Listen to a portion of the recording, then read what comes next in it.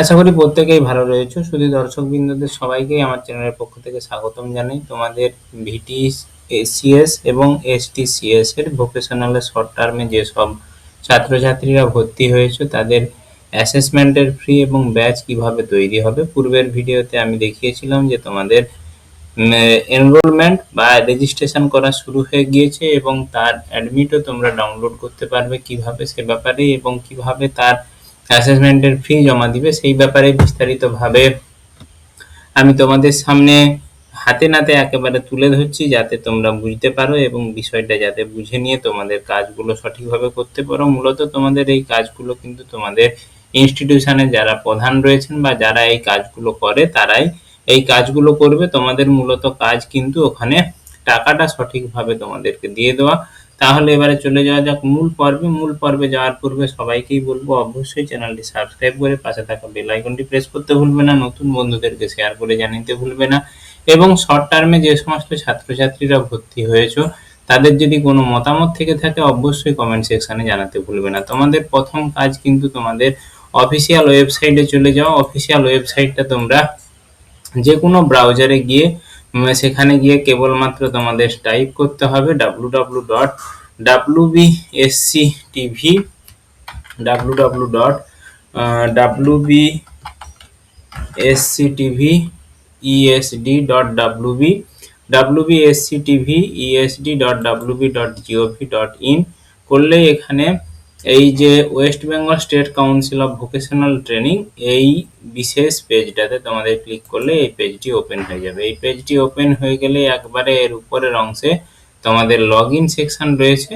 এই log in সেকশনেই তোমাদেরকে click করতে হবে। ক্লিক করলে তোমাদের যে বিদ্যালয়ের যার ইউজার আইডি রয়েছে সেই ইউজার আইডি ইউজার থাকবে, ইউজার নেমের জায়গায় তোমাদের বিদ্যালয়ের প্রত্যেকের বিদ্যালয়ের যে বিশেষ কোড রয়েছে সেই কোড, পাসওয়ার্ড এবং এখানে ক্যাপচার করলে লগ ইন হয়ে যাবে। লগ ইন হওয়ার পরেই তোমাদের মূলত কাজ, এখানে তোমাদের যে জিনিসটা বলা রয়েছে যে এই ক্রাইটেরিয়ায় অ্যানেক্সার 1 এ যে জিনিসটা বলা রয়েছে এখানে guideline for batch creation and assessment plan. এখানে স্টেপ 1 এ বলছে যে trade wise eligible list assessment after successful log in VTC এবং এসটিসিসির যে ড্যাশবোর্ড উইল বি ওপেন। ওখানেই ওই লগ ইন করলেই তোমাদের আগে ড্যাশবোর্ডে তোমাদের সামনে দেখাবে যে ট্রেড ওয়াইজ অ্যাসেসমেন্টের জন্য, এবং VTC will be new trade group list clicking register student sub menu student registration. তোমরা নতুন ছাত্র যদি ভর্তি হয়েছে তাদেরও রেজিস্ট্রেশন করা যাবে ওই রেজিস্টার মেনুতে গিয়ে নিউ স্টুডেন্ট রেজিস্ট্রেশনে। পরপর আমি দেখিয়ে দিচ্ছি, এবং ভিটিসি এসটিসি যে ভিউ স্টুডেন্ট লিস্ট এবং mark eligible for exam trade wise clicking on mark eligible for exam দেওয়ার জন্য তার যথেষ্ট মার্ক রয়েছে সে ব্যাপারে তোমাদের ক্লিক করতে হবে, এবং list of register student for the trade group with registration number will be appear. VTC এবং STCC will select eligible student by ticking. ওখানে যে ছাত্রদের দেওয়া রয়েছে তার মধ্যে থেকে যাদের পরীক্ষা দেওয়ার জন্য উপযোগী তাদের ওখানে ক্লিক করে তোমরা সেটাকে শর্টিং করতে পারবে, বা সমস্ত যদি ছাত্র হয় তাহলে অল সিলেক্ট করে দিয়ে সেটা কিন্তু তোমরা করতে পারবে এলিজিবল ফর এক্সাম করলে। তারপরে তোমাদের ফিজ পেমেন্টের ব্যাপারটা আসবে, সেটা সমস্ত ছাত্রছাত্রীদের টোটাল সিট। এরপরে বলেছে স্টেপ 2 তে set trade wise assessment date. এইবারে প্রত্যেকটা ট্রেডের কিন্তু পরীক্ষার দিন আলাদা হবে। এখানে sub menu under student registration main menu, ওই স্টুডেন্ট রেজিস্ট্রেশন মেনুতে বলছে দ্য সেট অ্যাসেসমেন্ট ডেট। ওখানেই তোমাদের অ্যাসেসমেন্ট ডেট সেট করার ব্যাপার আছে, এবং ওখানে যে কথাটা আগের ভিডিওতে বলেছিলাম prefer assessment date 1 and prefer assessment date 2 at least 10 days gap between two dates should be between 11th August 2026 to 10th September 2026, অর্থাৎ 11ই আগস্ট থেকে 10ই সেপ্টেম্বরের মধ্যে পরীক্ষা নিতে হবে। প্রত্যেক ট্রেডের জন্য দুটো করে অ্যাসেসমেন্টের ডেট মোটামুটি বিদ্যালয় থেকে তৈরি করতে হবে, যাদের মধ্যবর্তীকার গ্যাপ 10 দিন পরে হতে হবে, 10 দিনের মধ্যে নয়, 10 দিনের বেশি হতে হবে। এই ভিটিসি এবং STCC will submit the prefer assessment date by clicking submit button. এখানেই তোমাদের সঠিক যে পরীক্ষার রুটিন সেটা তোমরা ওখানে সাবমিট করতে পারবে বিদ্যালয়ের যিনারা প্রধান রয়েছেন তারা সাবমিট করতে পারবে। Please note, once you set assessment date by clicking submit button on further date change or student addition will be accepted will no further বলছে এখানে এক্সেপ্ট ফর দ্যাট ট্রেড, অর্থাৎ বলেছে একবার যদি ছাত্র শর্টিং করে এক্সাম ডেট জমা দেওয়া হয় তাহলে তারপরে কিন্তু কোনো ছাত্র বা এক্সাম ডেট পরিবর্তন করা যাবে না, ওটাই মূলত। এবারে স্টেপ 3 তে বলেছে ট্রেড ওয়াইজ অ্যাসেসমেন্ট ফিজ পেমেন্ট। প্রত্যেক ট্রেডের জন্য মোট ছাত্রছাত্রী মিলে যে স্টুডেন্ট পেমেন্ট সাব মেনু, ওই স্টুডেন্ট নিউ রেজিস্ট্রেশনে ওখানেই রয়েছে স্টুডেন্ট পেমেন্ট। ওই স্টুডেন্ট পেমেন্টে গিয়ে প্রত্যেক ট্রেড ওয়াইজ প্রত্যেকটা মোট ছাত্রের প্রত্যেক ট্রেডে ক্যালকুলেট করে মোট ফিজটা শো করবে। সেই ফিজটা বলছে বিভিন্ন অনলাইনের মাধ্যমে ফিজটা ডাউনলোড জমা দেওয়ার পরেই তারপরে অ্যাডমিট কাউন্সিল থেকে অ্যাডমিট কার্ড ইস্যু হবে এবং সেই admit card automatically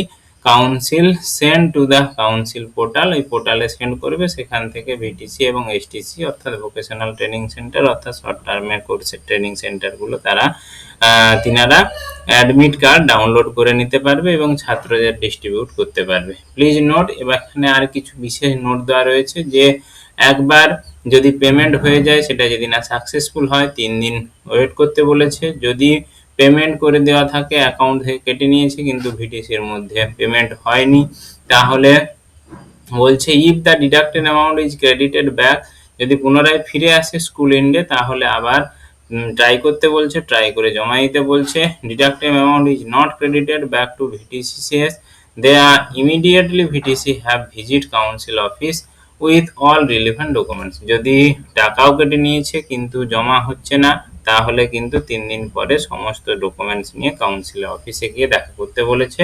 step 1, step 2 and step 3 will be repeated for the batch creation of each trade। প্রত্যেকটা ব্যাচের যে সমস্ত ছাত্রছাত্রীরা রয়েছে সবার জন্য এই 1, 2, 3 বারবার করতে হবে। ট্রেড মানে ব্যাচ ওয়াইজ বা ট্রেড ওয়াইজ কিন্তু এই কাজগুলো সমস্ত ছাত্রের জন্য করতে হবে। এরপরে তোমাদের এখানে পুরো প্রসেসটা দেওয়া রয়েছে যে অনলাইন পেমেন্টের জন্য কি করতে হবে। তোমাদের ব্রাউজারে গিয়ে সার্চ করার পরে যে পেজের উইন্ডোটা খুলবে সেখানে এই দেখো লগইন সেকশন, এই লগইন সেকশনে ক্লিক করলে ইউজার ক্লিক করার পরে ইউজার নেম এবং পাসওয়ার্ড, ইউজার আইডি এবং পাসওয়ার্ড, বিশেষ করে কোড নম্বর বিদ্যালয়ের এবং পাসওয়ার্ড দেওয়ার পরে লগইন করে ক্যাপচার লগইন করার পরে এখানেই উপরে দেখাবে ড্যাশবোর্ড। এই ড্যাশবোর্ডের পরেই নিচে রয়েছে নিউ স্টুডেন্ট রেজিস্ট্রেশন, এই নিউ স্টুডেন্ট রেজিস্ট্রেশনে ক্লিক করতে হবে। ক্লিক করার পরে এখানে সিলেক্ট ইয়ার চুজ করতে হবে। সিলেক্ট ইয়ার চুজ করার পরে 24-25 না 25-26 সিলেক্ট করার পরে যেহেতু 25-26ই হবে সিলেক্ট করার পরে এরপরে রয়েছে যদি নতুন ছাত্র ভর্তি হয় তাহলে নতুন ছাত্রের নিউ অ্যাডিশন করতে পারে বা প্রত্যেকটা ট্রেড ওয়াইজ এখানে ছাত্রদের দেখতে পাবে ভিউ লিস্ট। এই click here okay below the screen will be appear, এরকম স্ক্রিনটি উঠবে নিউ ছাত্র স্টুডেন্ট রেজিস্টার অনুযায়ী।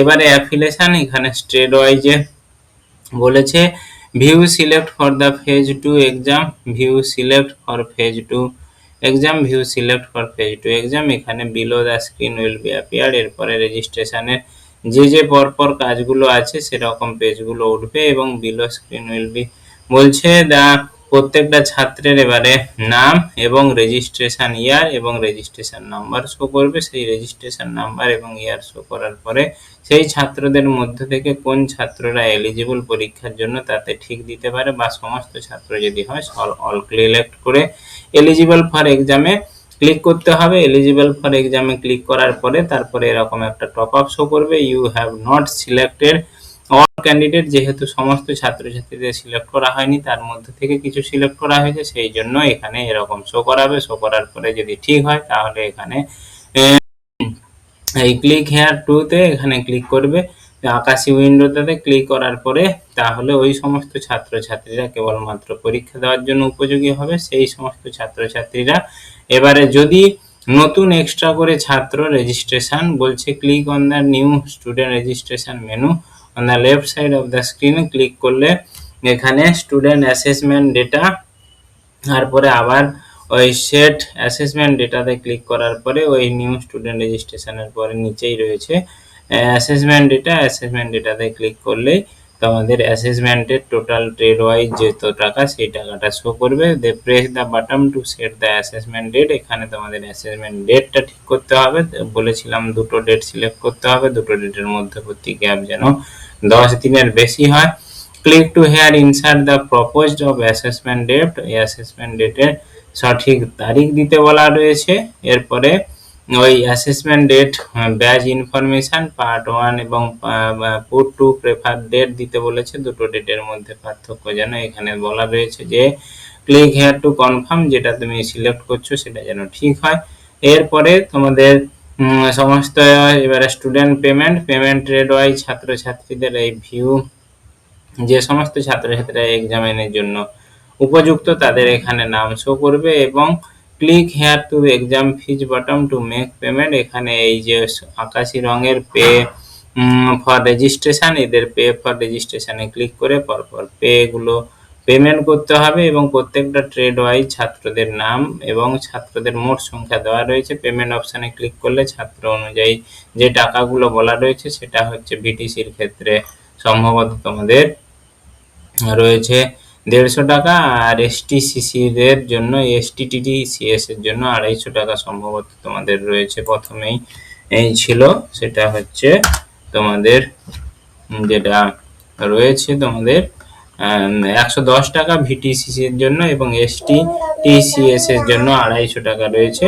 এই হচ্ছে মূল ব্যাপার। এরপরে তোমাদের রয়েছে যে এই পেজটা শো করবে টোটাল ট্রেড ওয়াইজ এবং বিভিন্ন শাখা ওয়াইজ ভোকেশনালের মোট ছাত্রের পরিমাণ। সেটা এবার অনলাইনের মাধ্যমে পেমেন্ট করলে, পেমেন্ট করার পরে যদি সাকসেসফুল পেমেন্ট হয় তাহলে এরকম শো করাবে। শো করার পরে এখানে সাকসেসফুলের সে রিসিপ্ট শো করবে, রিসিপ্টটা ডাউনলোড করে রাখতে বলেছে। এরপরে ভিউ ট্রানজাকশন ডাউনলোড এক্সাম, এখানে এইবারে অ্যাসেসমেন্ট ব্যাচ, এই ব্যাচের ক্ষেত্রে বলেছে এই ব্যাচে ক্লিক করার পরে the after successful complete of the payment click batch list button the assessment batch menu download admit card. Admit card download করার জন্য অ্যাসেসমেন্ট ব্যাচ মেনুতে গিয়ে ক্লিক করার পরে appear screen next relevant batches click this button download the candidate admit cards. এই পাশে প্রত্যেকটা trade অনুযায়ী প্রত্যেকটা ছাত্রের প্রত্যেকটা ট্রেডের যে এই ব্যাচ ডিটেলস এবং ডাউনলোড অ্যাডমিট কার্ডে ক্লিক করার পরে সেখান থেকে প্রত্যেকটা ট্রেডের সমস্ত ছাত্রছাত্রীদের কিন্তু অ্যাডমিট ডাউনলোড করা যাবে। যদি এই পেন্ডিং পেমেন্ট হয় তখন কিন্তু এই ডাউনলোড অপশনটা আসবে না।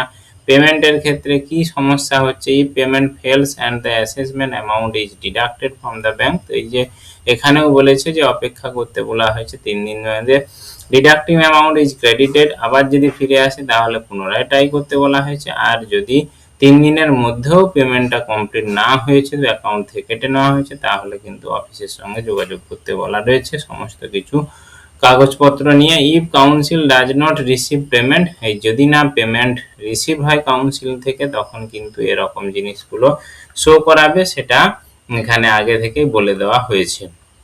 এরপরে যদি pay for exam fees button to make payment, আবার পুনরায় যে সমস্ত ছাত্রছাত্রীদের হয়নি তাদের ক্ষেত্রে আবার ওই একই প্রসেসে গিয়ে পেমেন্ট করতে হবে। এবং স্ট্যাটাস যদি চেক করা হয়, এই যে প্রত্যেকটা ট্রেডের এখানে ভিউ ট্রানজাকশন স্ট্যাটাস, এখানে ক্লিক করলে এরকম পেজটা ওপেন হয়ে যাবে। সেখানে চেক স্ট্যাটাসে ক্লিক করলে ফর ডাউনলোড রিসিপ্ট বাটন, যদি পেমেন্ট হয়ে গিয়েছে ডাউনলোড রিসিপ্ট দেখাবে, যদি না পেমেন্ট হয়ে থাকে তাহলে চেক স্ট্যাটাসে ক্লিক করলে এরকম পেজ দেখাবে ট্রানজাকশন নাম্বার দিয়ে এবং পেমেন্ট মোড, এবং এখানে সিলেক্টেড ক্যাপচার দিয়ে ক্রিয়েট করলে এখানে তোমার ট্রানজাকশনটা সাকসেসফুল হয়েছে না সাকসেসফুল হয়নি সে ব্যাপারে দেখাবে। এবং এ ব্যাপারে যদি কোনো বিশেষ তোমাদের সমস্যা হয় বা অনলাইনে ফর্ম ফিল আপ করতে গিয়ে যদি কোনো সমস্যা হয় তখন এই কন্ট্যাক্ট নাম্বারে যোগাযোগ করতে বলা হয়েছে। আশা করি তোমরা প্রত্যেকে বুঝতে পারলে কিভাবে তোমাদের কিন্তু অনলাইনে